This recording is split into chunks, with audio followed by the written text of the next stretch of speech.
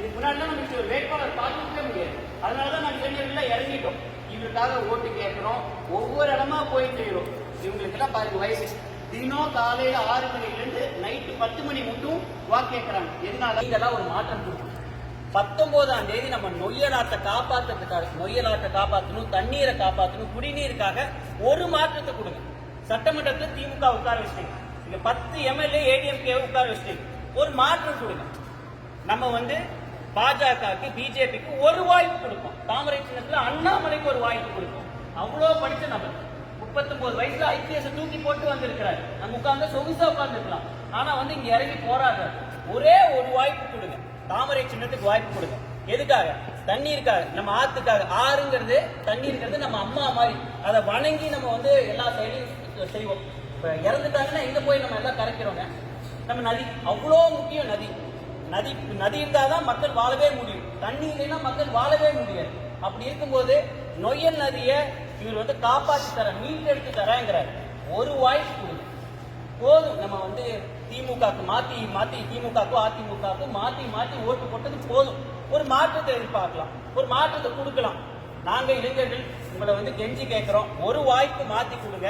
மறந்துடாதீங்க, இந்த முறை தாமரை சின்னத்துல அண்ணாமலை அண்ணாக்கு நீங்க ஓட்டு போடுங்க. மிகப்பெரிய வெற்றி கொடுங்க.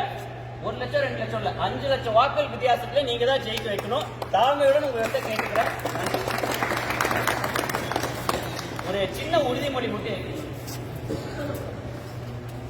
செழிக்க, கோவை செழிக்க, நீர்நிலை செழிக்க, மண்வளம் தலைக்க, வரும் தலைமுறை விளங்க, நொய்யல் போற்றிட, அண்ணாமலை அவர்களுக்கு தாமரை சின்னத்தில் வாக்களிப்போம் என்று உறுதி கூறுகிறோம். ரொம்ப நன்றிங்க. நீங்க எல்லாம் கொடுப்பீங்கிற நம்பிக்கையோட நாங்க தெரிவிக்கிறோம்.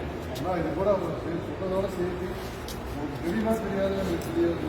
ஒரு 15 வயசுலேருந்து 80 வயசு வரைக்கும் 20,000 பேர் வாலண்டியர்ஸ் சேர்ந்துருக்காங்க. இது இல்லாமல் யாரையும் கூப்பிடுறீங்க, அவங்க வந்துருக்கிறாங்க. அதில் 80 வயசு கொடுத்து கண்டே தெரியாது. அவர் என்னை ரிஜெக்ட் பண்ணிடாதீங்க, நான் யாராவது செய்கிறேங்கன்னு சொல்லி செய்கிறாரு. அதாவது இந்த ஒரு மாற்றம் இதுவரைக்கும் தமிழக அரசியலில் நடந்தது கிடையாது. இந்த புரட்சி வரவே இல்லை. 3வது ஒரு கட்சி இதனால் மட்டும் ஒரு 3வது கட்சி நடந்து அவங்க ஆட்சி பிடிச்சத சரித்திரமே இல்லை. இப்ப நடக்குது. தயவு செஞ்சு ஒரு மாற்றத்தை. நாங்க எல்லாருமே தொழில் பண்றவங்க, எல்லாருமே 3 மணிக்கு மேல கடைகளை சாத்திட்டு வீடு வீடா போய் இது ஒரு முக்கியத்துவத்தை சொல்றோம். கட்சிக்காக ஓட்டு போடாதீங்க, நிக்கிற நபரை பார்த்து போடுங்க. ஆளுமை இருக்கா, திறமை இருக்கா, படிச்சிருக்காரா, அதை பார்த்து போடுங்க. கட்சியை சார்ந்து ஓட்டு போட்டு நம்ம நாசமா போயிட்டோம்.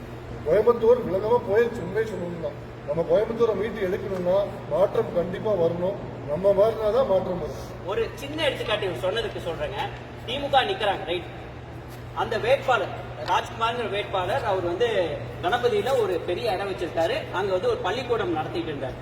அதுக்கு பின்புறத்துல அவரோட இடத்துலயே டாஸ்மாக் வருது, பார் வருது.